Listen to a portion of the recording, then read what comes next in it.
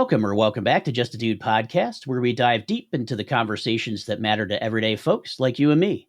I'm your host, Nathan, and today we're venturing into the world of political innovation with a party that's all about solutions rather than sides. So buckle up, because we're about to explore new horizons in American politics. Let's get into it. Joining me today is Evan Jaqua, a passionate advocate for political reform who's been diving into the nitty-gritty of the Solutions Party, a group that's challenging the status quo by focusing on problem solving over partisanship. Evan, thanks for being here to help us unpack how this party aims to make America greater than ever. And thanks for joining us today. Well, thank you so much, Nathan. I'm honored to be here, and I'm looking forward to having a great conversation, and hopefully something that your listeners will find interesting. So, just to give you a little bit of background, I've spent most of my life actually overseas. Lived in Japan for many years. I actually got my master's degree in Japan, and actually wrote my thesis in Japanese. Wow. Yeah, in computer science, and I actually worked in the AI field when it was just getting started many years ago. And so, if we ever want to do a podcast on AI, we can do that too. Yeah, because I work in AI myself too, Evan. So Great. yeah, I know exactly. Well, that's great. I probably don't have the smarts that you do, but I'm a scrum master for my AI teams. Well, that's wonderful. And then I also lived in China for a while. I was married to a Chinese woman, and we lived in Beijing not too long after Tiananmen Square. Yeah. And it was a very interesting experience because it was still very much, you could see the Maoist influence in China. And their family had suffered terribly under communism and the Cultural Revolution in particular. And I've spent most of the last 20 years or so in South America. And so I've had a real rich set of experiences in my life, and I've had the chance to talk to a lot of people who've had also a range of experiences. And the Solutions Party is really kind of a summary of these different ideas that I've heard from around the world. And, what's really interesting is how much we all have in common when it comes to the problems that we face and what we all desire. We all desire freedom and prosperity. And, the question is it impossible for us to come up with a country that's opportunity rich, an economy that's opportunity rich, and we enjoy greater freedom? And I don't believe so. And, Ronald Reagan said, government is not the problem, it's the solution. But I would actually refine that a little bit and say the problem is our politicians. Yes. And what is the problem with our politicians? Well, let's start off talking a little bit about the human brain. The human brain is a marvelous thing, but one of its weaknesses is the ease with which it forms addictions. We form addictions to gambling, we form addictions to drinking, to drug taking, to social media, you name it. But probably the most addictive thing of all, and I think history has made this self-evident, is power.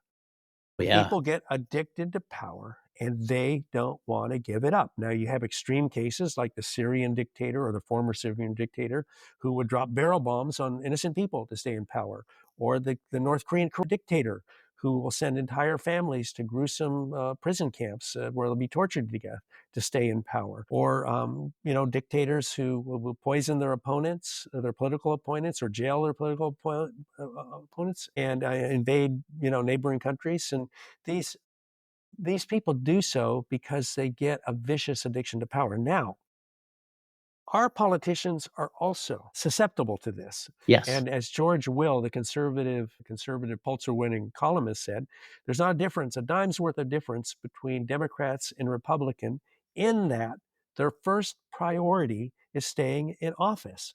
As John Boehner, the former Speaker of the House, said, give people a little power, and it's scary how much it transforms them. And you wonder why it transforms them?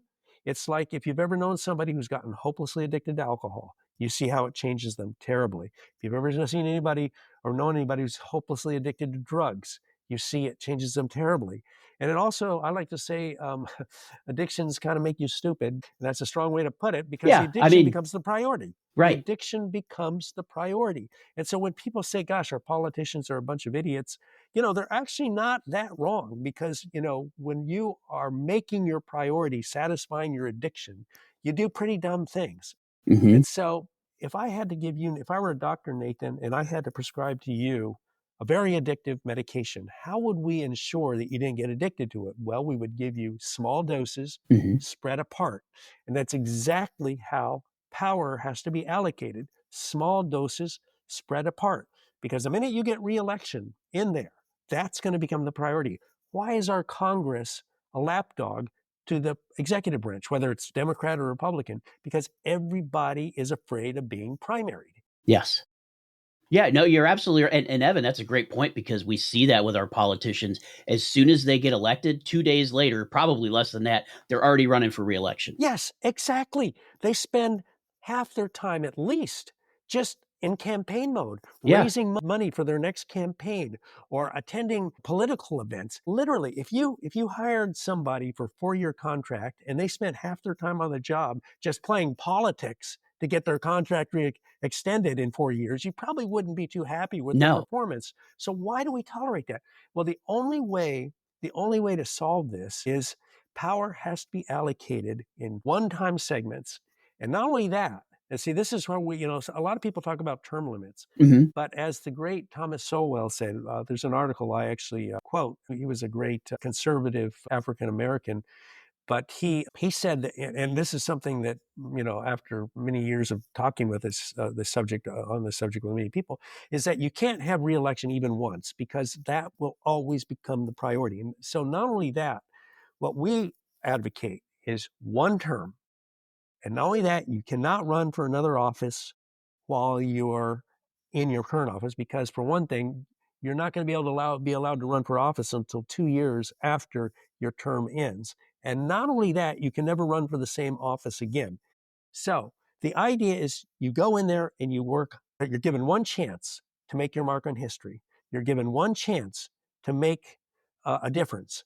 And what are you going to do with that one chance? You're given every incentive to work full time to implement the ideas that your voters, your constituents To get have results. endorsed. Yeah, Yes, to get exactly. results. Exactly. And the thing is that, how many times have you heard this politician is not up for reelection so they can vote their conscience? And it's Hmm. like, you step back and you think, well, why aren't they voting their conscience all the time? Why is it Yeah. the first question is, how do I vote to ensure that I get reelected? It's like right now, you hear whisperings that a lot of Republican congressmen are very uneasy with what Trump is doing, and vice versa when Biden was in office. Right, But why right. don't they publicly come out and stake a stand? Is because they're worried about being primary. They're worried about their It's constituents and making them mad and not reelecting them. Exactly. You're actually, it's I mean, exactly and you're absolutely right because we've seen it so many times. I mean, look at the career politicians that we have in office. Nancy yes. Pelosi, Chuck Schumer. Oh, what's the Republican that's going to retire? Mitch Mitch McConnell. McConnell. Yes, thank you. Yes. Yeah, I Oh mean yeah. they've been in there for lifetimes, literally I know. lifetimes. And the thing is also what's very disturbing. If you look at the statistics, incumbents, have like a 95% chance of being reelected. Now, it's because, they have the name recognition, they have the party support, they have the special interest support. And by the way, the relationship between the special interests and the politicians is kind of very similar to the relationship between a drug dealer and the addict. You're absolutely right. Right? They're pushing the need, right? You Yes, need to be elected. I'm going to give you the money to do that, but you got to give me a exactly. little something. Yeah. Yeah, exactly. So what are the special interests? They give money directly through soft money. They spread misinformation about themselves or about they make the razzle dazzle marketing campaign Yeah. on one hand and stupid attack ads on the other. But probably their biggest weapon in collaboration with the politicians themselves and the political infotainment is they create culture wars. Now, culture wars. Why are culture wars so appealing to politicians? Because you have tribalism. And that means that these people are going to vote for you blindly. They're not going to even consider the other side. So look how that's affected our presidential elections. Why is it that 3 counties outside of Milwaukee matter more than all of California? Why is it that 3 counties outside of Atlanta matter more than all of Texas? Why is it that 3 counties outside of Phoenix matter more than all of New York? Hmm. It comes down to a handful of counties in a handful of purple states mattering more than anything. But politicians love that because their work comes down to just convincing this small, undecided minority to vote Yeah. one way or the other. Now, you Yep. see, from my point of view, Donald Trump should have been looking for votes in every corner of California. Mm-hmm. Kamala Harris should have been looking for votes in every corner of Texas. They should be fighting for votes nationwide, Right. not just in a few counties. But this is the result of when you have tribalization, and tribalization happens when you have culture war. Culture wars happen when our differences go tribal. In other words, we can't talk because people are just so emotionally vested. So, Yeah, it's I'm right and you're wrong. Is exactly. basically what it They're comes just down to. talking Yep. past each other. And what I like to call, you're familiar with black holes in outer space? Yes. Yeah.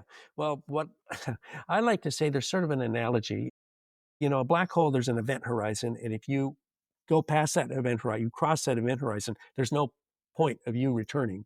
Well, what I call is the fanatic event horizon, the point at which your emotional investment in something is so great that it's very small, very unlikely you're going to return to reality-based thinking. And this is the result when our politics have devolved into a circus of emotion manipulation and Yes. lies, as opposed to what our democracy should be, which is a competition of ideas. Mm-hmm. Our greatest strength as a country is diversity of ideas. I've seen countries like China where only one idea is allowed. You're A right. Chinese individual told me once that one of the greatest things about living in America is the freedom of thought. Well, that's our greatest strength. So let's get the emotions out of there. Let's get the lies out of there. Let's focus on the ideas. Let's focus on discussing those ideas. And just one other thing I want to say, people have always disagreed, and people will always disagree. The question is how you deal with those disagreements. Throughout history, the way to disagree, the people handle disagreements, well, they sharpen the swords, they sharpen the spears, and they went at it. And then Yep. this band of brawlers won until we eventually figured out that wasn't the really best way to move things forward. No. We're always going to disagree. The point is how we handle those disagreements. And so if we get the emotions out, we focus on the ideas because they're good ideas across the political spectrum. Mm-hmm. The solutions party is not right or left. It's about encouraging a free flow of ideas, an honest discussion of ideas. And so that's probably, in a very big nutshell, what we're all about. And Evan, it's great that you bring that up because one of the issues that I see today, one of our biggest issues as Americans, as citizens of the United States, is the fact that we've become so polarized to say that no matter what subject we're on, it's either like we talked about before, I'm either right and you're wrong, or vice versa. But I even remember, when I was younger, even with the left and the right, the two-party system, they at least could find some common ground to get Yes, things done. exactly. But we don't get Exactly. anything done anymore. No, let me give you two examples of that.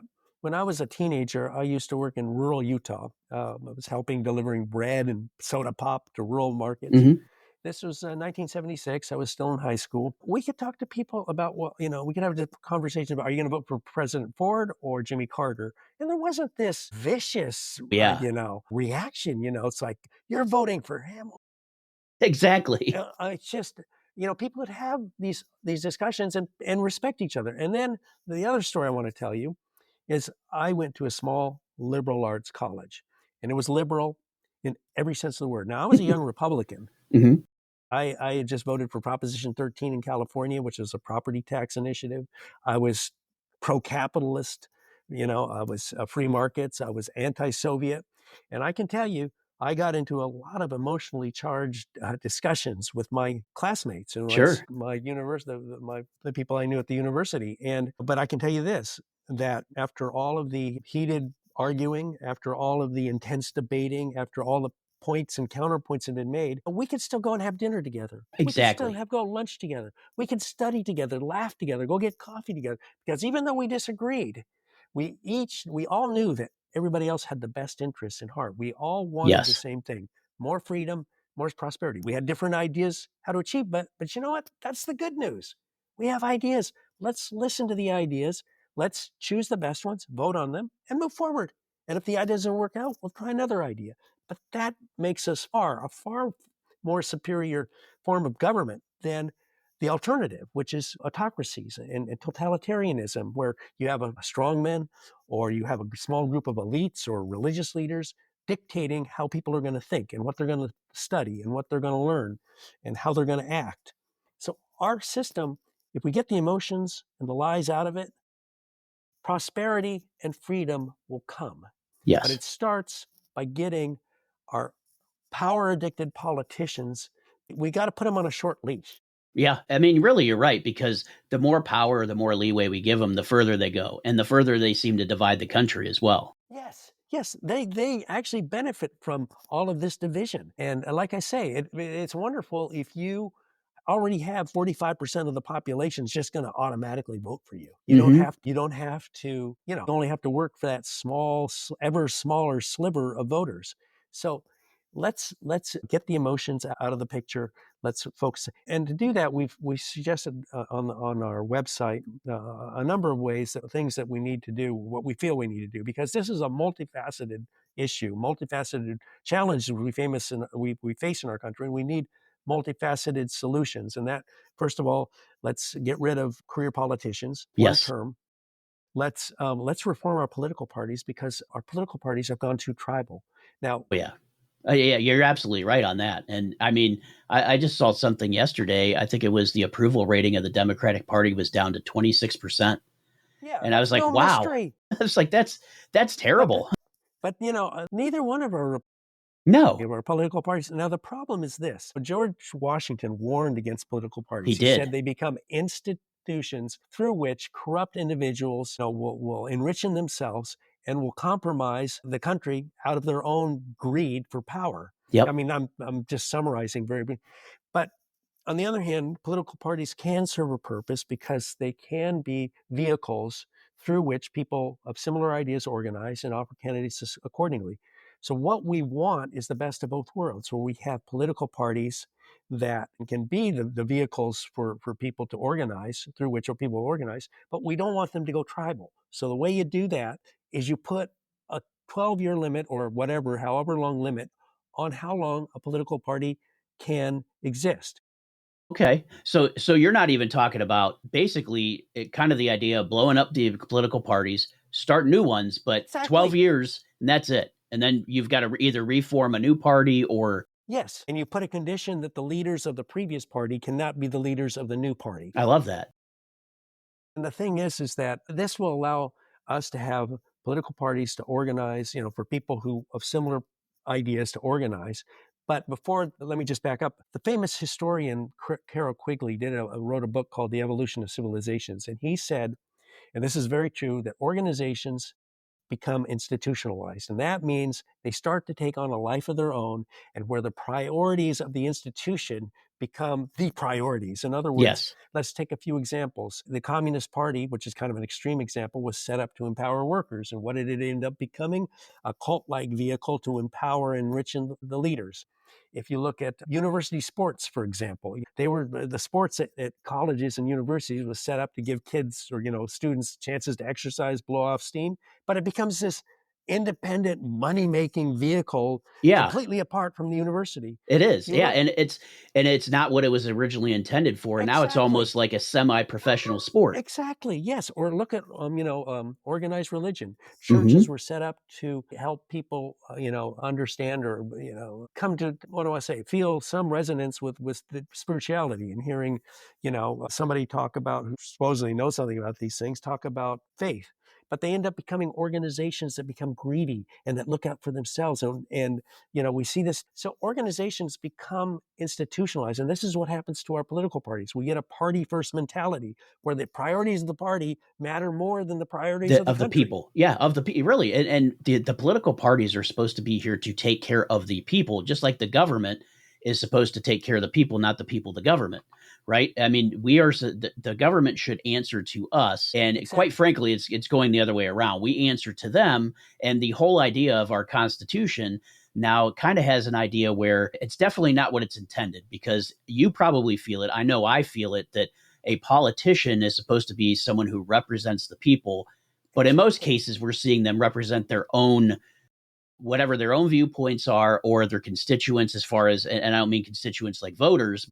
They're we just talked about them. They're clients. Exactly. They're clients that are going to get them that next reelection. And that's something that we as voters, just like myself, I wish, and this we'll go into, because I have some things here, because I want to go into a little bit more depth of your party. But I've often had the idea that I would love to just wipe out, and let me say this in a way, get rid of all the politicians that we have today and basically say, listen, if you've ever been a politician before, you can't run for office. Yeah, And exactly. we're going to start Yes. from scratch because you guys have messed it up way too much. And this is a Right. country that was never supposed to be a two-party system, is my Right. belief. Right. We were all supposed to be collectively individuals voting for, if you look at I think, what is it, Article 2 or whatever talks about the election of the president, it's supposed to be a national election of some, presidential people, not necessarily related to a party. So there could be 40 candidates, Right. Right. and that's what it's Yeah. supposed to be. But yeah, it's definitely changed from that. Yeah, yeah, it has. And in fact, William Buckley, the famous conservative, he said once, and I'm not quoting exactly, but he said um, he'd rather have in Washington 2,000 people randomly selected from the Boston phone book than Yes, 2,000 career politicians. And that's absolutely. exactly how we want our Congress and our elected. We don't want our elected representatives to be a mosaic of our own country. We want to have the school teacher from Wyoming, the truck driver from New Mexico, the small business owner from Florida, the doctor from New York. Instead of a rich lawyers club, Yeah, that's what it is. yes, we want to have our Congress be a mosaic of Of different us. professions, different Yeah. experiences, different genders, Different ethnic careers. background, everything. Yes, Yeah. exactly. We are a melting pot of a country, and our elected officials should represent. Exactly. It should be a cross section of us as a society, and not like a bunch of rich And lawyers. and that's really what it's become, right? Evan is just a bunch of Yes. rich elites that have enough money. Yes. Because think about it. I don't know if you have, but I know in myself, I get into politics quite a bit and I enjoy it. And I think it's great to do things, but I'm a regular person. I could never afford to run for office. That's Yeah. another issue right there is you got to have so much money to run for office. Right. Really a normal everyday person just can't afford to do so. I completely agree, and I think that needs to be addressed because, as you say, it's basically if you don't have the money, how can you possibly Exactly. run for office? And so, yeah, I think that we really need, actually, those are some ideas. I have some ideas that I hope to put on the website regarding that to open this up to, ordinary citizens. One of the ideas, by the way, is, for example, and this is kind of, I haven't actually thought this through thoroughly, but is, for example, let's say we have 435 congressional seats to fill. What if we had just 10% of those, in a given district? The districts would change from election to election. Actually, you just randomly select somebody who's registered and who's shown that they passed a test or so. So you actually have like just a random 10% that are assigned, not from the same district every time, but you just get sort of a variability in there so that, if you want to run, and what you do is you register, you show that you've got some, what your ideas are, whatever, that you've thought some of this stuff through, and that you've got some knowledge. Maybe take a test of some sort, an application, and you get your name on a list. And in this one election, in this particular district, the winner will be randomly selected from this list. And so we get a percentage of our politicians, just Yeah, sort of randomly randomly. selected. Yeah. Yeah, because that would introduce, what do I want to say? What I say, a positive unknown Yeah, into and it. it really gives someone an opportunity then to say, "Hey, I'd love to run for politics. I don't really have the money, but hey, I could get my name on this list and maybe get a shot." Yes. Yeah.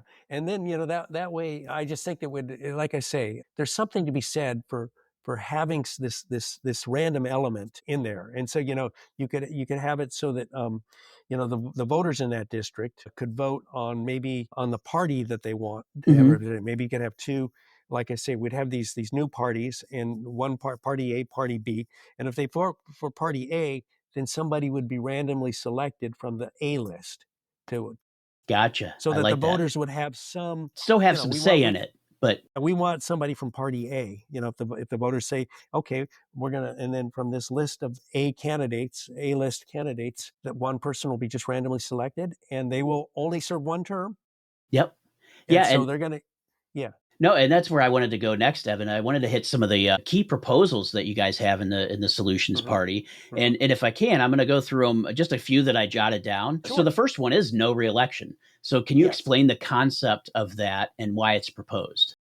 Okay, well, the biggest reason is because, as I say, the most severe problem we have in our country, and I think this is actually a worldwide problem, is that power is very addictive, and once you give somebody power, they don't want to give it up, and that becomes the priority. Just like somebody gets addicted to a drug, or gets addicted to gambling, or gets addicted to video games, or whatever, that becomes the dominant priority in their life.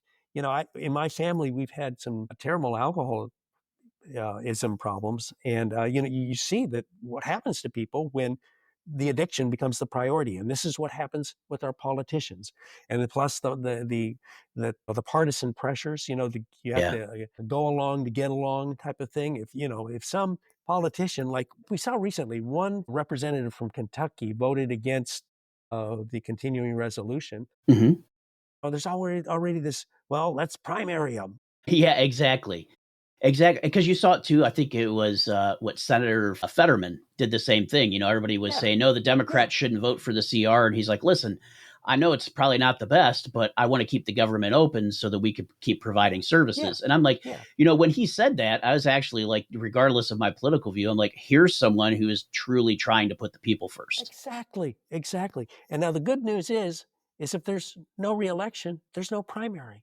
So you Yep. don't have to worry about that. You could So focus on your job.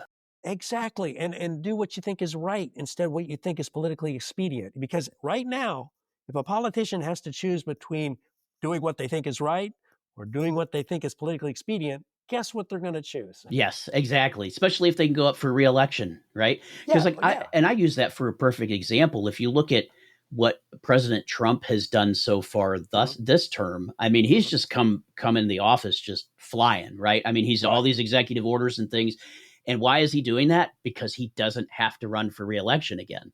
Right. He right, knows he doesn't, he right, obviously there's his base that he has to right. appease, because Yeah, if he wants to continue on his movement through another election, right, he's got to do a little bit of that. But for the most part, there's nothing holding him back now. There's no other yeah, election, if you yeah. think about it. And, I'm not saying that's a good or a bad thing, but it shows you that you can start working on what you think. If you don't have to Right, worry about a reelection, you can actually do what right. you think is important. Now, I'm not saying whether what Trump is doing is Yeah, right or wrong. It's an right. example. Well, the only He's thing I would comment that on, though, he is being pressured by his congressional allies to yeah. not do something that's going to screw up their reelection. Yes. Yeah, and So, that's always a big concern, right? From that yes, side. But yes, and if and the thing is, politicians are such that let's look at Lindsey Graham. He mhm, was against Trump, then he was for Trump. He yeah, was against Trump, then he's for Trump. And these people, they just bend whichever way the political wind is blowing. I think we want people who've got principles, who've yeah, got stand by their convictions. yeah, stand by their convictions and not just doing what's politically expedient. And Exactly. so, And I mean, I'm not saying that people don't have the right to change their mind because obviously you do, right, right? yeah, But exactly, you shouldn't change your mind every 2 weeks. yeah, yeah, and doing so based on what you think is popular. Yeah. There's nothing wrong exactly with, when you see the evidence, you have a position on something and then you see the evidence. Like some people, like Mike Johnson, the House Speaker, last year, uh, he changed his opinion regarding Ukraine. He was against funding, but once he heard the intelligence Yeah, analysis, the briefings and stuff. Yep. the briefings, he realized what was at stake. And that's okay. That's Yeah. great. Absolutely. Yeah.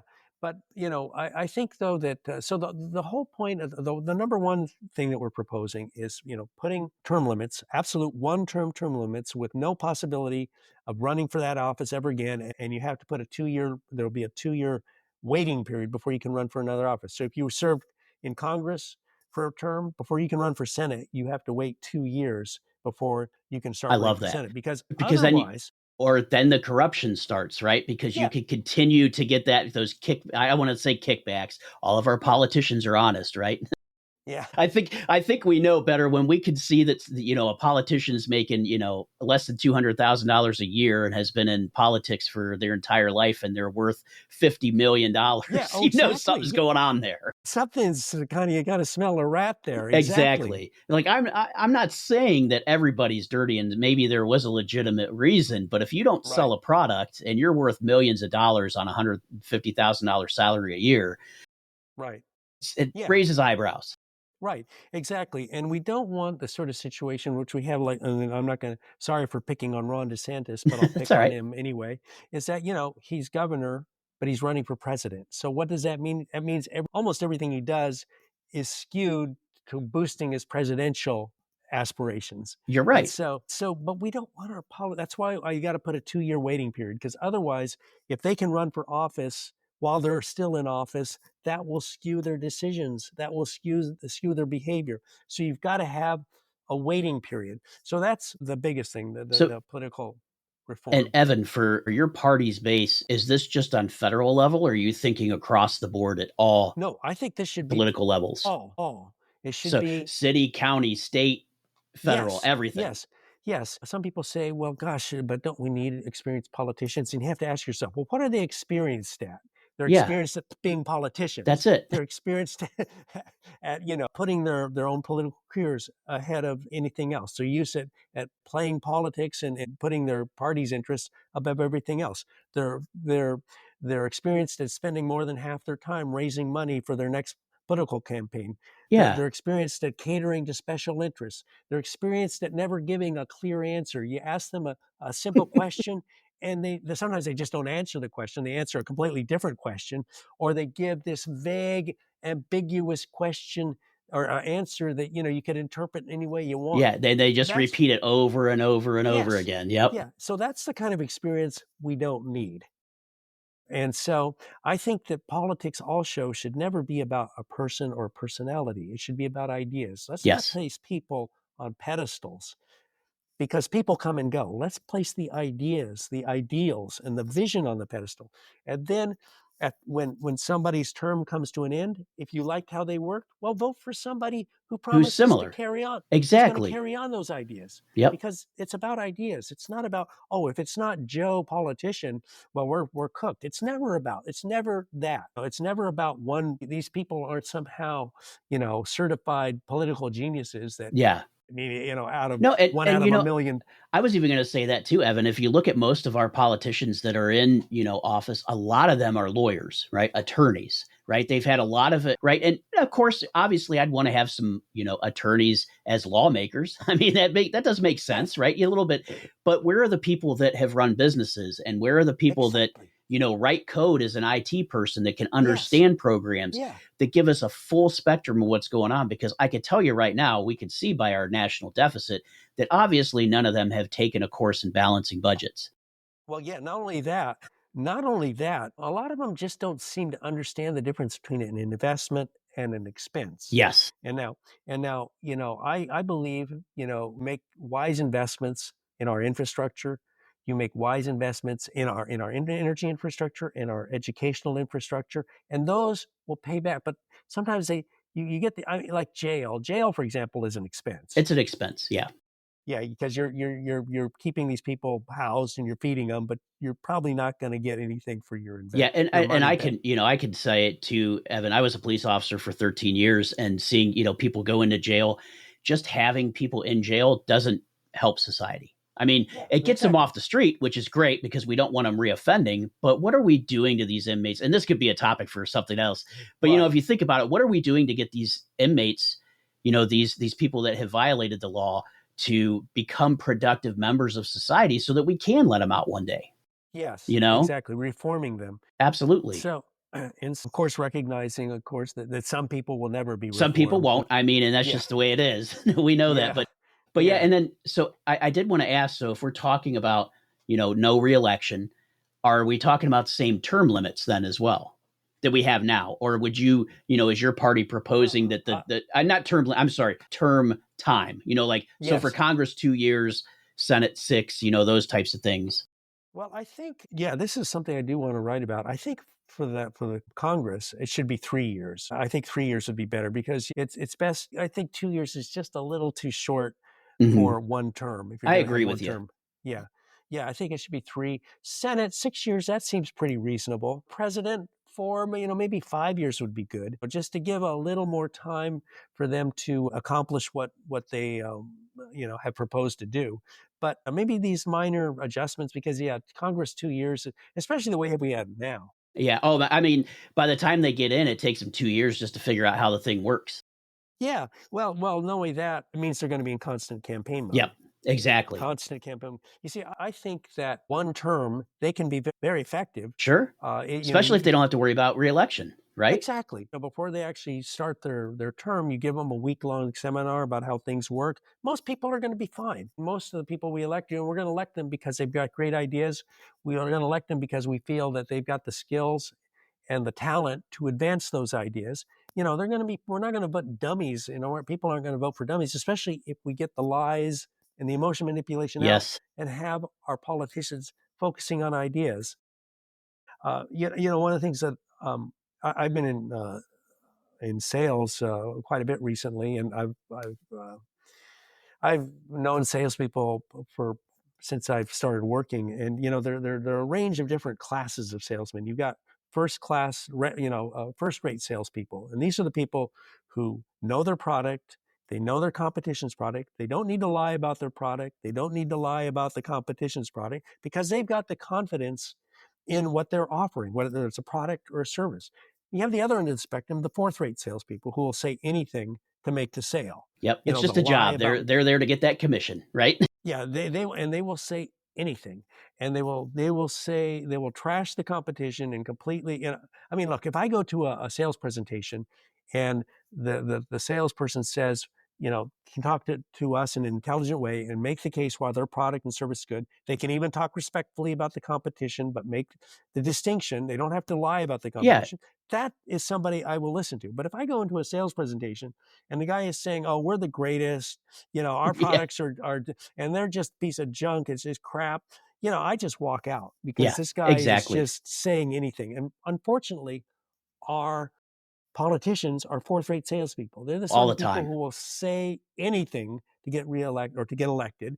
They're the ones who will lie about what the opponents stand for. I mean, on one hand, you have the people on the right saying the people on the left are communists, and on the left, you have the people saying the people on the right are fascists. Yep, exactly. And you know what the truth is neither one is either probably close to that. I think we all No, want to be, but the problem is, like you said, we're always running for reelection, looking for that next vote, and that really stops people from doing the job we elected them to do.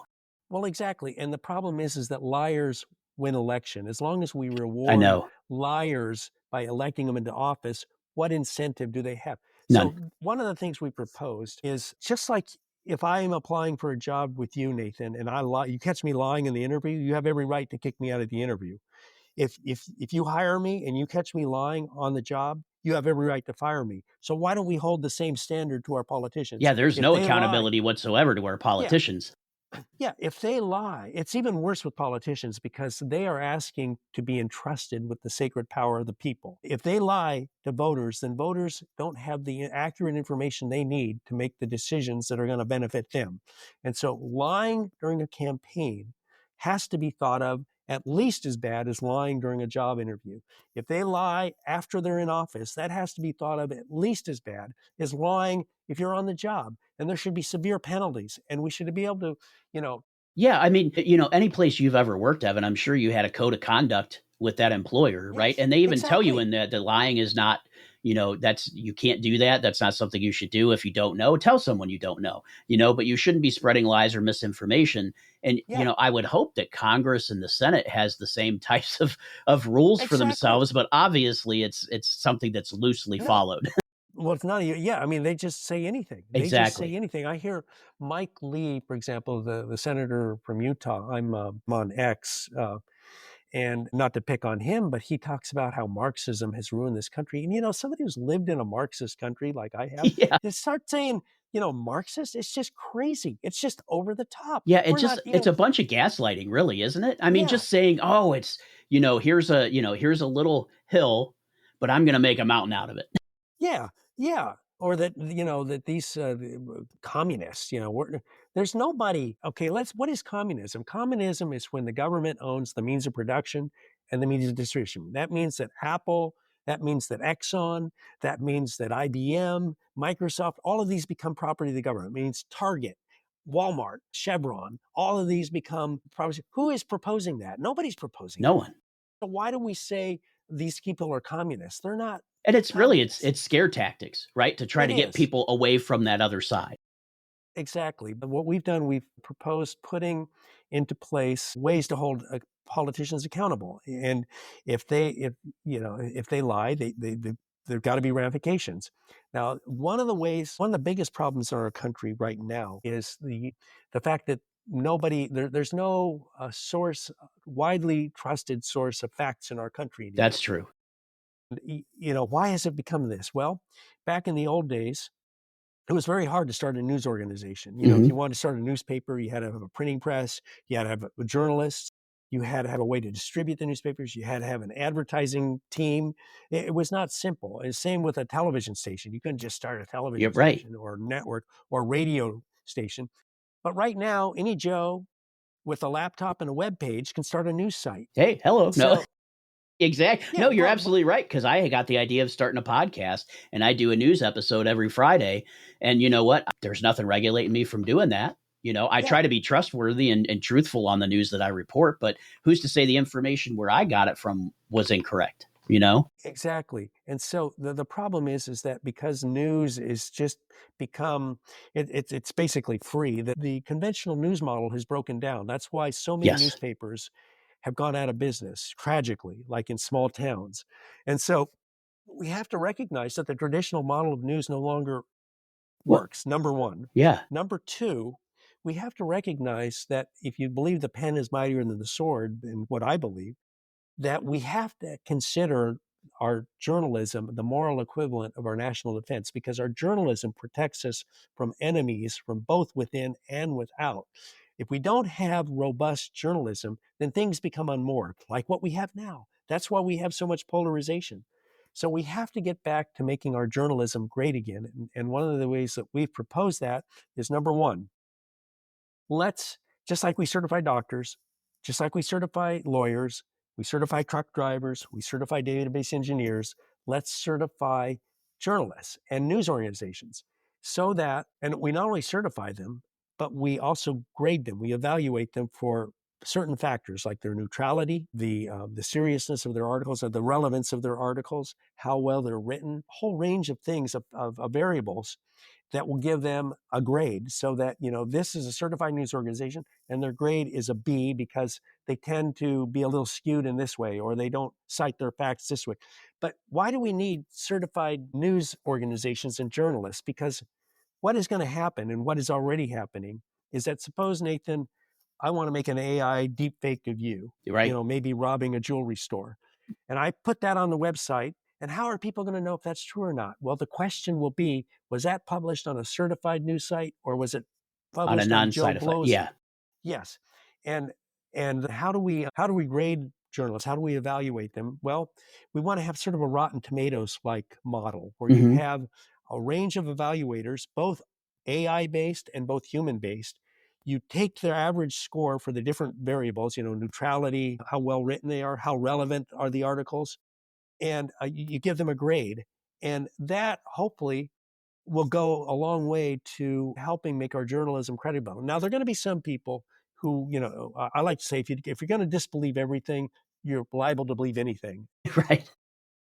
And, there are going to be some people who won't believe anything ever. But if you certify these news sites and you grade them in a neutral way, or in a multifaceted way, where you have, it's not just one person evaluating, it's not the government, then hopefully that'll give people a lot more credibility. Now, that doesn't mean that, Joe Blow he can put up stuff and call himself. Sure, we still have free speech, right? Yes, exactly. Exactly. But they're just not. But you're saying, certified. As far as being a certified news organization. Now, Evan, one of the things I think would be challenging about that would be the same that we, proposed with the government, is keeping the same people in there. They get power right, over the certification. So how would you go about, making sure that that didn't happen, that there, personal bias came in, or, political bias, it influences those folks that certify. Now, obviously, I know you said one way is AI, right? Because AI is just going to take data and it's going to, make its own determination based on the data that's available. But a person, right, could have bias. Well, the thing is, though, is certification. For example, if somebody graduates a university with a degree in journalism, we're automatically going to certify them. Okay. But that's different from the evaluation from their grade.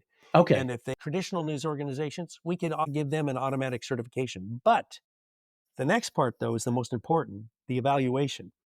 If their evaluation, which will be through a combination of AI programs, not just one AI program, and then you'd have maybe even professional evaluators, and you take an average. And if their evaluation falls before, let's say, a C, let's say you have A, B, C, D, F. Mm-hmm. If their evaluation falls before a C minus, they get decertified. I And like that. so, yeah, you get a sort of a default certification if you graduate as a journalist or if you have a history as being a news Mm-hmm. organization. But you can lose that certification if you don't if your grade falls below a certain level. Now, for example, I mean, sorry, go ahead. Go ahead, Evan. let me just say really briefly. One example would be in a news organization. When they have political commentary, do they try to present a range of views, or are they just always providing the left's view or Yes. the right's view? Do they have honest debates on their programs between people of different points of view, or is it just a propaganda channel where Right. if it's just a propaganda channel, their grade is going to get lower and lower Lower and lower, and until they they're will be gone. Yep. decertified, because that's what we want. We want people to be exposed. We don't want propaganda like we have now, Yeah. where So it's just it, people. and you're not trying to control who could be in the media. What you're trying to say is we want to certify you so that we know you're a good, credible source. And Exactly. through that certification, there's also going to be a review process that's going to have, it's multifaceted, and Yes. it'll give you a grade. And you could you could move your grade down, you could move it up. But at some point, if you get below a point, you're going to lose your certification. Or at least I would even say, right, Evan, you have the possibility of doing like probation if they hit C, right? You're Yes, on a exactly. probationary Yes, status because you're at a C exactly. level now. Exactly. And the other thing that's critical to this, the other thing that I really want to emphasize is that we have to recognize, as I say, that real news is no longer a business. Okay, well, let's create a national press fund into which the government contribute, corporations contribute, individuals can contribute, anybody can contribute. And if you get certified as a journalist out of college, you are automatically qualified to receive a stipend each month to start your job. And Nice. that and So that actually would promote independent journalists. Yes, exactly, because we want the person in Dixonville, Mississippi, To who's a report about graduating journalist, Dixonville, Mississippi. Yeah, yeah, exactly. to cover news and to be able to do so without having to do clickbait. They can Yes. concentrate on the corruption at City Hall, or they can concentrate on the infrastructure that's deteriorating, or they can on the crime wave that is occurring in this part of town. And so, not only that, if their grade goes up because of the excellence in their reporting, their stipend goes up. Yeah, I like that. And so that encourages them to not only get their journalism degree to get certified, but to focus on quality journalism because they'll get more money. And the same thing with, now some new organizations like the New York Times probably don't need a stipend, okay, Yeah, because yeah, they're that's what I pretty was going to ask you. self-sustained. Yeah, Exactly. but for smaller news organizations in smaller places, or even just kind of independent, a new news organization like the New York Times, but starting up in a different city or competing with the New York Times. They don't have, the money. They don't have the advertising and the history that kind of lets them, will give them something so that they can be self-sustaining and they don't have to, they're going to be like nonprofit organizations, but they're going to get the money so they can operate, so they can concentrate on facts and highlighting a range of opinions, because that's what we need. But one of the big problems is our news organizations, instead of news, they've gotten into the business of emotion manipulation. Yep. And that's And because, clickbait, like you said, clickbait. yes, That's yeah, one of the things that I first thought about when you said, our news organizations, they might even overblow titles. It's like you won't yes, believe what President Trump did today, or breaking news, and you're like, wait, why is this breaking? yeah. Well, I like to make an analogy with pro wrestling. Nobody goes to pro wrestling to watch the art of wrestling. They go there to get riled up Yeah, and, it's the scream at entertainment. the rest. Yes, the entertainment. And that's exactly what our news organizations, quote unquote news, our political infotainment. Nobody listens to Fox News to get a range of points of view. They get there to get It's riled up. to yeah, exactly. You're Nobody goes to MSNBC to hear a range of views. They go there to get riled up and be told yep. what they want to Yeah, hear. if you were to And tell me, "Hey, I want you to get me a leftist view," I'd go to MSNBC. If you said, "I want you to give me a conservative view," I'd go to Fox, right? And that's because that we know those are the two extremes, and then somewhere in the yes, middle is where we really want to be. well, yeah, we want to encourage to, get the emotion manipulation. I mean, look, there are always going to be news, quote unquote, political infotainment channels that are going to focus on emotion manipulation, but they won't Mhm. be certified. Right. So if somebody gets their news from one of those, the first question is, I heard this story. Oh, was that from a certified news site? No, it wasn't. Okay, well, then it's probably, you should probably have a little doubt about it because this is probably something that's been published to get you riled up Yeah, and not exactly. not really. And so that's why we want to have, like I say, certified news organizations and And journalists journalists. and a pot of money to support them because, like I You know, say, and journalism that has to stops be thought outside of. interest too, right? If you think Yes, about that, people that want to push a certain viewpoint and say, "Hey, I'll give your organization money." If you're like, "Listen, it's just a national pot and nobody can," I exactly. mean, obviously people can buy a company, do whatever they want. We still have capitalism in the country, right? They can make a big news organization, but they want to get it certified. But yeah, you're And absolutely get a right. good grade Yep. because what the real kill point is this: unless we as a country have a certain common set of facts that we agree on, then we're going to be unmoored. And Yes. number two, our journalism has to be thought of as the moral equivalent of our national defense, as I've said before, because it is what protects us from enemies both within and without, the enemies that want to destroy this great experiment we call democracy. When you think about how nations have been run for the 99.99% of human history, it's been monarchs, kings, emperors, religious leaders, warlords. And democracy is an experiment where you give the power to the people. But there are Exactly. forces in this world that want to see that destroyed. They want to Hmm. go back to a world where nations are run by small elites or small Exactly. groups of elites. Yep. And the biggest problem right now is that if democracy fails, these very powerful people, like we see in China, are going to have the technology through surveillance and AI to ensure that democracy never comes back, which is why this is such a critical point in history. We've got to get our house in order when it comes to our democracy and in our country in general. Yep. Excellent. Yeah. Thank you for that, Evan, because that was actually, you went in the journalism part of it. That was my next topic that I had for you. But now my next one that I want to talk about that I saw on your site was election reform. Yes. So you want to talk about that a little bit? Yes, I do. Winston Churchill, he said something really, really interesting. He said the greatest argument against democracy is to, have a 5-minute conversation with the average voter. And this is one of our democracy's spots that needs to be addressed. And that is right now, how are our elections run? Well, they're run right now, elections are typically, in any given election, you have a minority of voters. It's not even a majority of voters. And most of those voters are woefully uninformed. Our country is being decided by a minority of voters, the majority of which are, voting based on that attack ad they heard or that razzle dazzle marketing campaign they Hmm. heard, or maybe they're voting just because of one pet issue that they feel strongly about. What we have to do is we have to give incentives. We have to come up with incentives for voters to become informed on the issues and to vote. And what we've proposed is that you have, let's say you have a quiz for each election, and you can take the quiz as many times as you want. And the higher your grade you get, you'll be made available a set of goodies, let's say. Like, for example, if you get a certain score, you'll have a whole list of different things that you can choose as like gifts. For example, a free pass to national parks. That's something the government could provide. Or Microsoft or Apple could provide gift cards.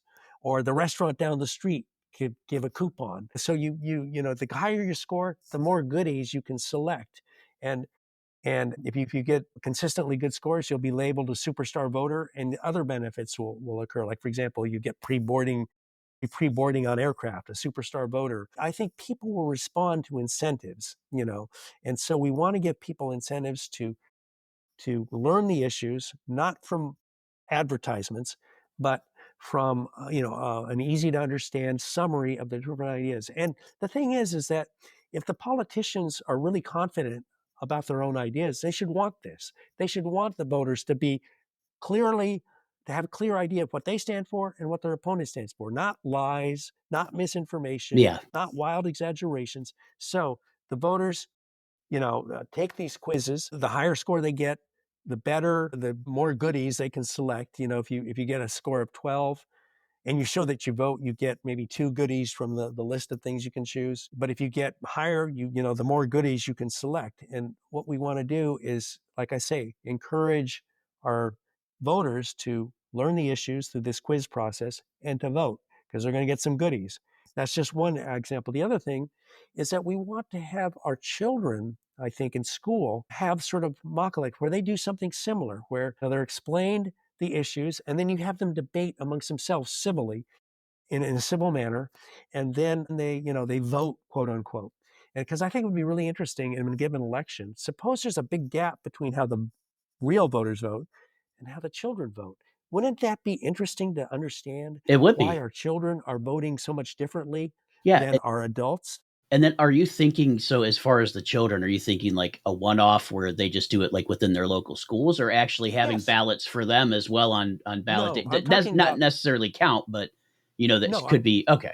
classroom, Yeah. in the So classroom. like having good debates about the issues, Yes, to talk it back and forth, teachers actually, and if you think about it, that would be great anyway, because it would teach our young folks how to have a respectful debate back and exactly. forth. Yes, And I mean, exactly. I remember doing that in government class in high school, Yeah, but that was 12th right. grade. And at that Yes, point, it's too late. I yes, think we need to do a little bit younger, right? And exactly. and We would start teaching start them early. earlier. Yep. Yes, yes, and let them get used to hearing ideas, debating in a civil way, exchanging ideas, and then having them vote. But and developing a passion for learning the issues and for voting from an early age. Yep. I And like that. like I say, it would be really interesting when there's a discrepancy between how the adult voters are actually voting and how the kids are. Why are the kids voting differently? Let's analyze this. What is it about these issues that mean more to them than they mean to the adults? This would just be really interesting. And so this is what I talk about election reform. We're going to give election reform starting with our politicians, where we're going to hold them accountable if they lie. We're going to have journalism that gives people facts and that's where, instead of propaganda. We're going to have incentives for voters to learn the issues and to vote accordingly. And then we're going to also, start children at an early age to get them passionate about learning the issues and passionate about their point of view and listening to other points of view.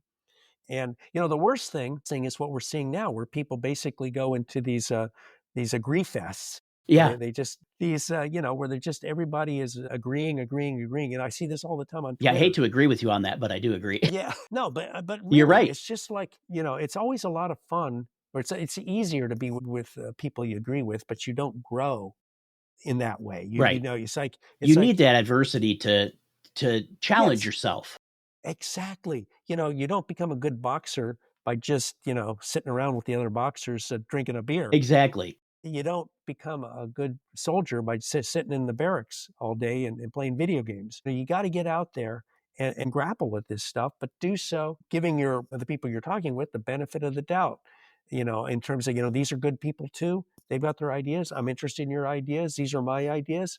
Let's talk about it, and we might agree to disagree, Yeah, but that's and that's okay. fine. Yeah, Exactly. I'm with you. If we come to the at the end of the day and we say, "Hey, we'll just agree to disagree," that's okay, because guess what? We still got more in common than that one exactly. disagreement. Yeah, the thing is what's so interesting, or what's so astounding, is that we really all want the same thing. We We do. all want a prosperous, opportunity-rich economy. We want a government that works. We want that ensures our freedom. And for me, I can tell you this: the thing that really, in my different travels, what really has disturbed me more than anything is to see the astounding waste of human talent all over the world, including in this country. There is no greater resource that's being squandered than human talent. It just breaks my heart, really, to see kids who are born into situations where they'll never be able to achieve their potential, or people who've never had the chance to really achieve their potential and live the life the way they want. And we can work toward a world, we're not a utopia, but where everybody is given the opportunity to, the tools will be made available to them to achieve their potential. They might choose not to take advantage of those tools, but they will always be available. And that means investing in our educational infrastructure and having a dynamic, opportunity creating economy, which we can do if we get special interests and career politicians out of the picture. Exactly. And Evan, if it's okay, I want to move on to. I know we talked about this a little bit already, but it's part of your, the party, Mhm. but the lifetime limit on political parties. And I know we touched Yes. on it briefly, but can you explain the idea of disbanding the political parties every 12 years? And Yeah. is there a reason that you picked 12 years, or did that seem to be, to actually get stuff done? Did that feel like a good amount of time to let the party That, go on? yeah, that seemed like, I mean, that it's not like I'm thinking that has to be hard Yeah, yeah, but cast in it was a stone. good and I mean, it Yeah. makes sense to me because if you think about it, with all the different offices that we have, that gives you a good spectrum to cover a good many of them. Yeah, and so the idea is we want to have the best of both worlds. We want to have our political parties be vehicles through which people of similar values, of ideas, can organize and present candidates accordingly, endorse ballot measures accordingly.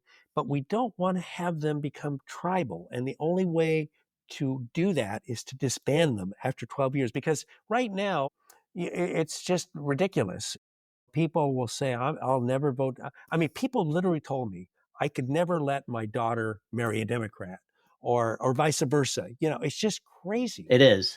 And there's no attempt to listen to the other side. And for some reason, in a lot of ways, for good reason, because the politicians are not really talking about ideas. They're talking about, you know, it's a lot of emotion manipulation It and is. You hear a lot blunt. of we've got to go against this person and we got to go against that Yeah. person. Where I'm the type of person, I'm like, I want you to quit going against a person and tell me what you're going to do for the people. You Yes. know?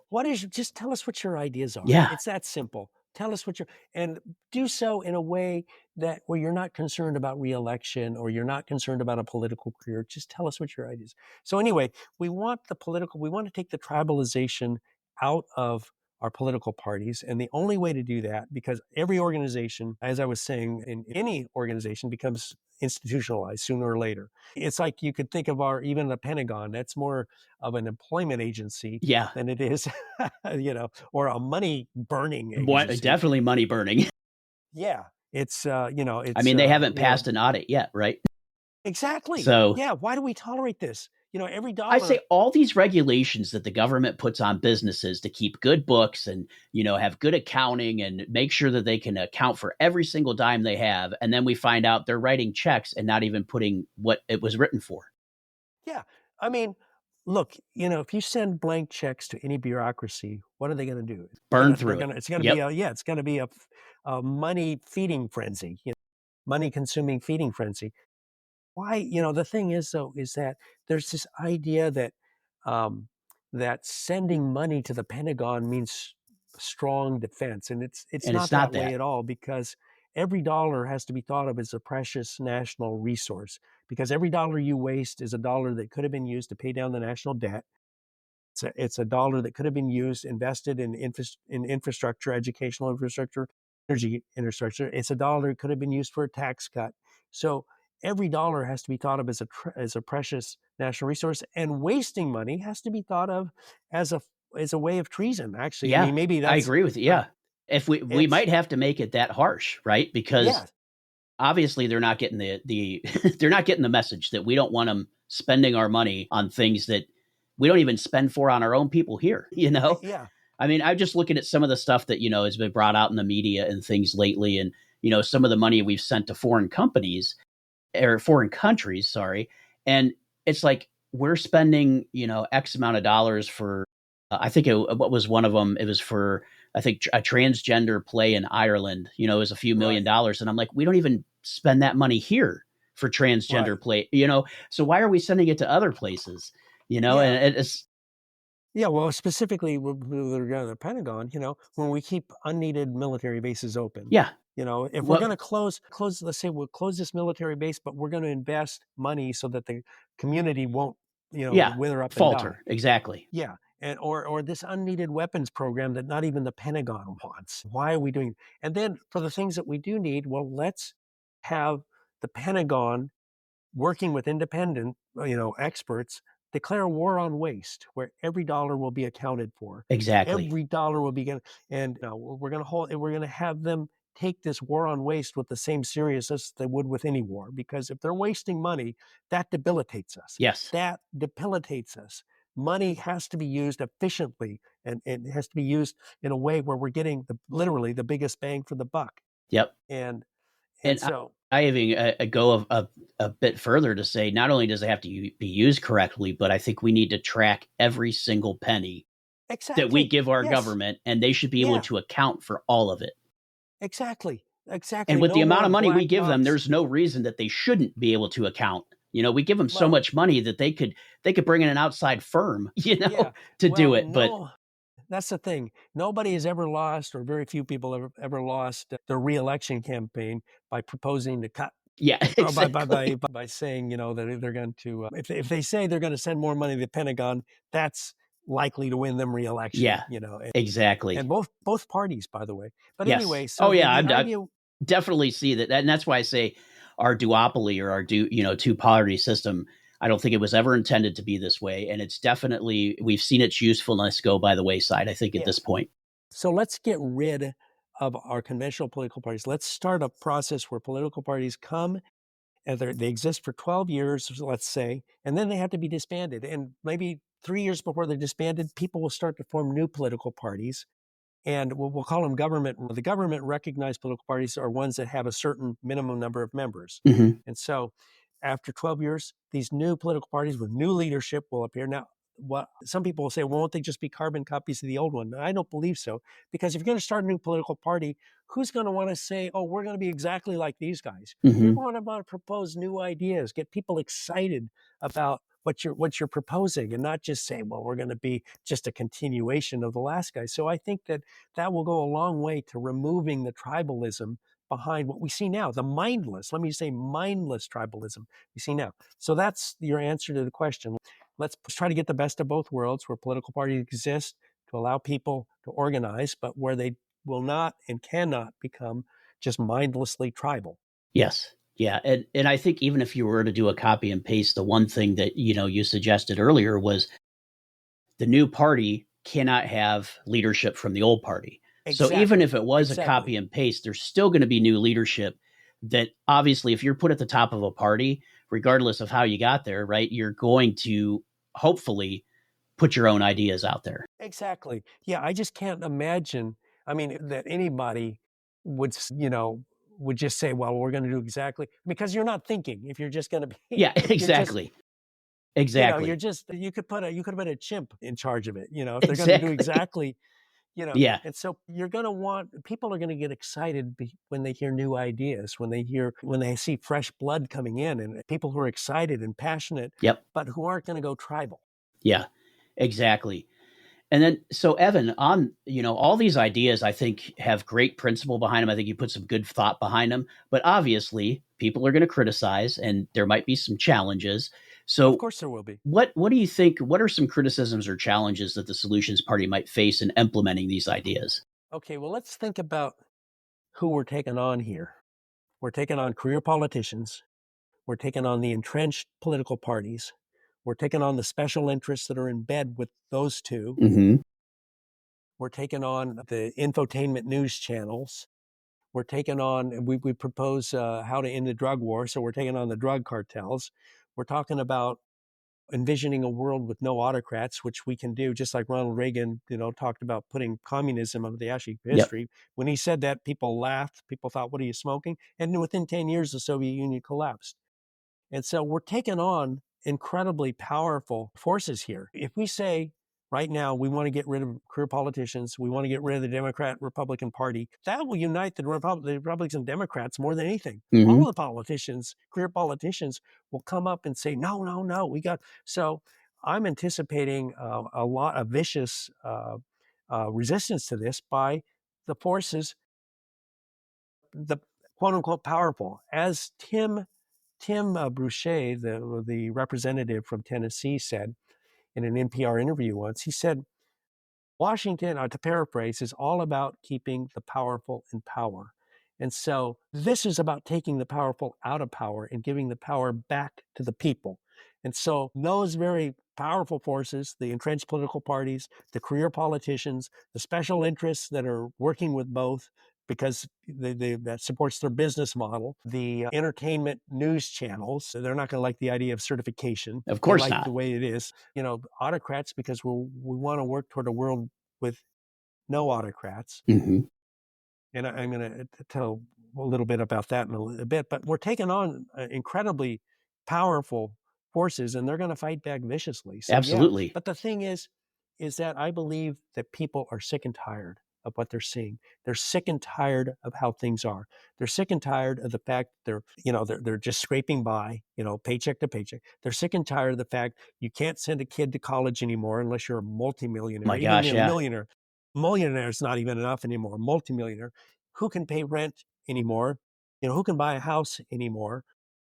All of these things. If you want to destroy democracy, one of the ways to do it is to make people believe that the pursuit of happiness is no It's longer gone. possible. Yep. And so I think people are sick of what they're seeing. And that's just why the Democratic Party is so unpopular. The Republican Party too. People are sick of it. And so I believe that once people get in, understand what these ideas are about, this is not about right or left. This is about getting back to what our democracy should be, a healthy competition of ideas, that people will buy into this. And if the people buy into this, these power structures that we're talking about will crumble because the people still hold the They power. do. We still hold the power at the polls. Yes, We we still still. have the power. And if the people get behind this, then nothing will stop it. And I believe that people will buy into these ideas because I think they recognize that things aren't functioning. They recognize that our politicians' first priority is power. They recognize that our political parties are completely tribal. They recognize that special interests, if you don't believe this, just look at the tax code, Yeah. are calling the shots. And they recognize, I don't know about you, but I'm sick of culture wars. Always, Yes. we disagree. We I mean, we're disagree. just so polarized in Yes. everything. But our Yeah. disagreements don't have to be tribal, and No. they shouldn't be tribal. No. And in a democracy, we're going to disagree, but the democracy is all about handling disagreements in a way that you have to compromise, Yep. but Find common hopefully, ground. Yep. yeah. Exactly. And if your ideas are really the right ones, over time they will eventually win. If you have real confidence in your ideas, then you have nothing to worry about from a robust democracy, because the people will eventually agree with you if your ideas are fundamentally the right ones. But let the people decide. Let them hear the 2 or 3 or whatever ideas. Let's vote on them. Let's move forward. Yep. And I think that's what we're really missing in this country, because when we come to elections nowadays, most of the time we're saying, all right, which of these candidates is the less evil? Yeah. Instead of I saying, mean, hey, I've got 4 candidates to choose from, now yeah. I can actually make a vote that makes a difference, as Yes. opposed to, okay, these are my only 2 choices. I mean, we have the Green Party and independents and stuff like that, but they're not, like you said, if as long as we still have the 2 big parties, those other parties are never going to make any leeway. Yeah, but the other thing though is, let's just face it, our politicians, let's say we have 2 choices, but are they even coming remotely close to telling us the truth? Are they really, are they really providing us with exciting ideas for us to debate and to contemplate? It really is it's devolved into a circus of emotion manipulation and lies, because that's what wins elections. And we want to get away from that. We don't want any more emotion manipulation and lies in an election. We want elections based on facts, based on ideas, and based on vision, presented in a civil way, debated in a civil way, and voted upon in a civil way. Yep, totally agree with you, Evan, on that, because you're absolutely right. We want truthful things. We want to know what's going on in our country. We don't want to hear people bashing each other back and forth when that's all we hear. We Yeah. want solutions. Hey, a solution party, right? Yes, We want exactly. solution. We want to see our government start working for us again, because as of Yes. right now, I mean, the last probably 16 years, they really haven't done anything to Yeah. make any headway to make the lives of Americans better. They really haven't done anything. And you know who's celebrating this are the world's autocracies. The world that, autocracy is becoming more and more, it's winning the war for the future right now because more countries are going autocratic. And that's an absolute tragedy because the way it is now, as we're saying, if a democracy collapses, the autocrats will have the technology, just like they have in China, to ensure that democracy never returns. So this is a real critical time in history. It's a time where we need to get our house in order. And if we get our house in order, the prosperity will come. That freedom and prosperity gap will inspire others to follow our example, will change the world through the power of our example, not the example of our power, but the power of Power our of our example. example. Yep. And the autocracies, which are wretched forms of government run by paranoid, weak leaders. They're not strong. They call them strongmen, but they're weak because they have to use the tools of government to stay in power. They will be crushed. And then we can have a world, and I'm not talking about utopia here, but we'll have a world where if we have democracies, then we can concentrate on making technology work for us because right now technology is a double-edged sword. So It's yeah, so used. much. Yes, it's, why is it a double-edged sword? It can make our lives better, but it can be used or abused by the greedy to oppress and to exploit. And that's what we see in China and other places where they're Yes. using these new technologies to oppress people, to keep them under their thumb. And we don't want we want technology on a short leash so that it improves everybody's lives, so that we're working less.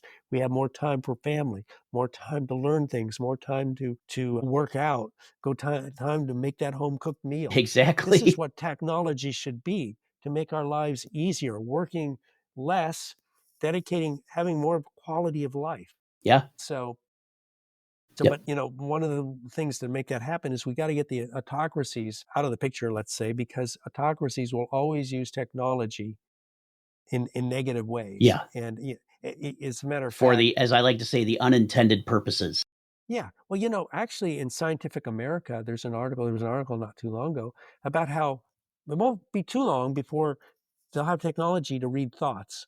Yeah. Now that could be great for analyzing mental illness or whatever, but you can You take could it see to the how that could bank. go bad. Yes, that the autocrats, the despots, will use that to further control people, further keep them under their. And if they can start reading thoughts, eventually they'll get to the point where they can actually control thoughts. Yeah. Because if you could And read it, so, right, you could write yes, it. yes, eventually it'll get to that point, and that'll be a priority of the people who want to control the masses. And so this is why this is such a critical time in history, because technology can be used for the most unimaginably horrible reasons possible if it's being controlled by people who have way too much power. Yeah. And so I would almost say, Evan, that the solutions party, as you see it, is probably, and hopefully I'm not putting words in your mouth, but an operation or a way to not only save America, but try to save and promote democracy around the world. Yes. Yes, because like I said, one of the things that really bothers me tremendously is to see so many people who've never had the chance to develop their talents. And, a wasted mind, a wasted talent should be thought of as a tragedy for all of us because you never know what you're losing. You could be losing a great scientist, a great doctor, a great artist. And we want to have everybody have the opportunity. One of the things that we have to do is, we have to work toward a world where people can determine how they want their nation run. And I'll tell you this, I don't actually have a problem with a country if the people select a communist government or a theocracy. If they hear the different ideas and they select a communist government, well, that's fine. But That's what their is choice. key, Yeah. what the key is that they have retained the power to remove that government through a free, fair, and peaceful election. And I think we know that we've seen that some of those elections, right, that happened, I think, what was it in China? Did they elect the Communist Party in China? Is that how that worked? No, the average person does not have any vote in China, North Korea. It's like in Iraq when they would vote for Saddam Hussein, he'd get 100% of the vote. Right. It wasn't, it would joke elections. They're like trying to give some semblance of legitimacy. But it's not really, no. But behind the scenes, it's like, no, Yeah. they're not really getting a vote. But, the key is that the people retain the power always, whatever their government they choose, to remove that government through free, fair, and peaceful elections. If they want to have a theocracy, okay, that's their choice. But if they don't like how that theocracy is managing things, then they should have the right to, yep. Yes, in ways where the theocracy never has too much power to control the elections like they do now, like in Iran or in Afghanistan, or like in Russia with Putin, killing political opponents. Exactly. Yeah, it's kind of hard to lose an election when your opponents always mysteriously die. Yeah, die or end up in jail. Exactly. Or just downright rigging the elections like in Venezuela. Yeah. Where he loses, but they magically make it, a 53-47 victory. Yeah, exactly. Such a joke. Yep. But this comes back to the addiction of power. I knew Nicolas Maduro in Venezuela would never give up power. Right. And because the Syrian dictator never would have given, Court of Korea will never give up power. But like I say, I believe that just as the Soviet Union collapsed, if the world's democracies are free, ever freer, and ever more prosperous, that prosperity and freedom gap will become so great that these autocracies will collapse, because the autocracies can't compete with us. Yeah, because once the world starts seeing other countries go the way of democracy and see the freedom that they have and the opportunities that they have, they're going to want that themselves. Exactly. Yep. Exactly. So, we talk about, ending the drug war. We talk about making immigration and refugee crisis work for us. We talk about judicial reform, a whole bunch of different things. And we're going to put some more articles. But, these are just ideas. And politics in a democracy should never be about a person. It should always be about the ideas. Let's never put a person on a pedestal. Let's put the ideas and the vision and the ideals on the pedestal. I agree with that. The good thing about that is it doesn't depend on any one person to come, quote unquote, save us. Exactly. So, Evan, I know we're getting close to our time, but I want to ask you, can you paint a picture of what America would look like with if these changes that you propose are in place? Yes. For one thing, we would have a democracy based on not anymore emotional manipulation and lies, but a healthy exchange of ideas. We would have journalism that the vast majority of the people could trust, because it's let's just say that they could trust and they could rely on. We could have a common set of facts. We would have a drug war that is ended. And we can put an end to the drug war very quickly, as I have proposed. So we could talk about this on another occasion. I'm happy to talk about that. I would like to see our judiciary, for example, get the politics out of the nomination process. Mm-hmm. Let's have our judges really be respected and thought of as independent, so that when the Supreme Court makes a 5-4 decision, it's not Republican nominees on one versus side Democrats. Yeah, it's just because there's no credibility. You think of it, the judiciary is just basically an extension of the political parties, which is exactly what we don't want. I would like to see a country where we have an economy that's based on unlimited energy and an adaptive and creative workforce. Because if you have unlimited energy, the physics definition is the ability to do work. If we have unlimited energy at our disposal, and we have unlimited energy, by the way, right now, here today, we just need to exploit it. You combine that with a creative and adaptive workforce, you have the foundation for an opportunity-rich economy, because then you can solve all sorts of problems. Like, for example, one is just water desalination. We can end droughts forever. No more droughts. We don't have to tap the aquifers. We can create cities in the desert with unlimited water. And just that alone could be revolutionary. And so I would like to see, these things I'm saying, drug war ended, immigration working for us, not being used by a tool by the tyrants to weaken our democracy like it is now. There's a reason why Venezuela, Nicolas Maduro, and Daniel Ortega are sending hundreds of thousands of refugees out of their country, because they destabilize this country. They destabilize the democracies. It's a weapon being used against us. We can turn that around and make it as a weapon or something against the autocracy, and at the same time helping people who are fleeing tyranny, corruption, poverty, and violence. Right. Yeah.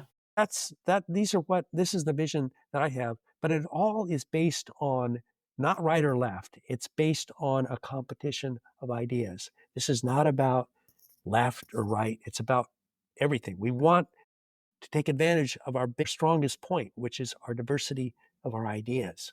Let's get these ideas flowing. Let's hear them expressed honestly, and let's vote on them. And let's finally, really, when this all comes down to it, it's really about breaking up power, making sure that power can never be overconcentrated in the coalition of career politicians and special interests and fake, political entertainment channels. Yeah. And you know what? There's everything that you said here today. I think every reasonable American or a reasonable voter would say these are things that I've been talking about for a long time. Yes, Term exactly. limits, that's in there. One term and you got to wait 2 years. Love it, because then you can't start this, power grab for years over years. You're talking about, our election reforms and how we do our parties and making sure that they're not in power too long. And, really in the end of it, to me, what I'm hearing is let's give the power back to the people. Exactly. That's it.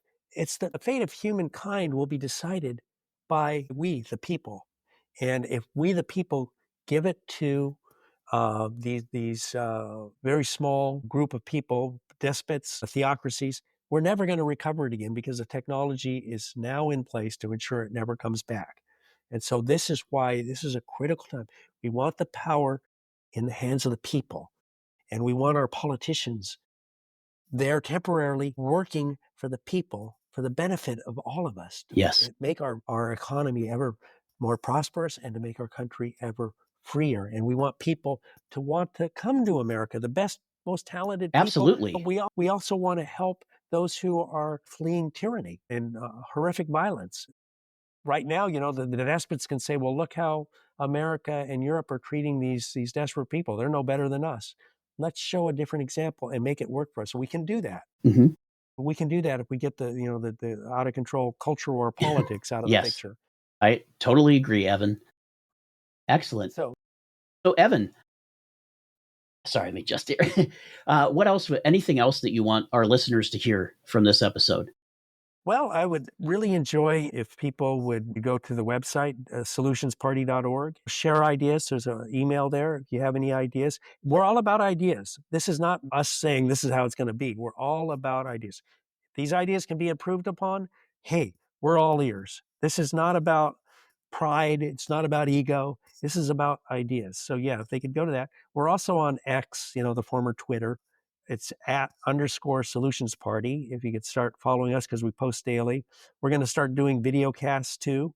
Oh, nice. And try to go into multiple social media outlets, try to spread the word, because I just believe that as we're talking that, once people buy into these ideas and improve upon them, hopefully. Yeah. You're really welcoming really people change. To say, hey, these are some of the ideas that we started with. This is our baseline, but let's improve upon it together. Exactly. Yes. This isn't about, as I say, this isn't about me. This isn't about anybody in particular. These are about the ideas. Let's put the ideas on the pedestal. Let's improve upon them. Let's debate them. Let's vote upon them, and let's move forward and get the greed, the political greed and the special interest greed out of the picture, and things will work. Things will work. So Evan, I know it's called the Solutions Party, but it almost seems like it might be better fitted to be called a Solutions Movement. Well, that might be a bad idea. I thought about that. I debated that too, because one of the things I want to emphasize is that when I say 12-year limit on the party, that applies to us too. Now, we're not officially a party yet, but we hope to get established, first of all, in Oregon, and then elsewhere. If we could get other people, in this and start a solution, a real. But in order to be, if you're going to be a candidate at the Solution Party, you got to promise that you're only going to serve one term and you're not going to vote. You're not going to seek another office. Yep.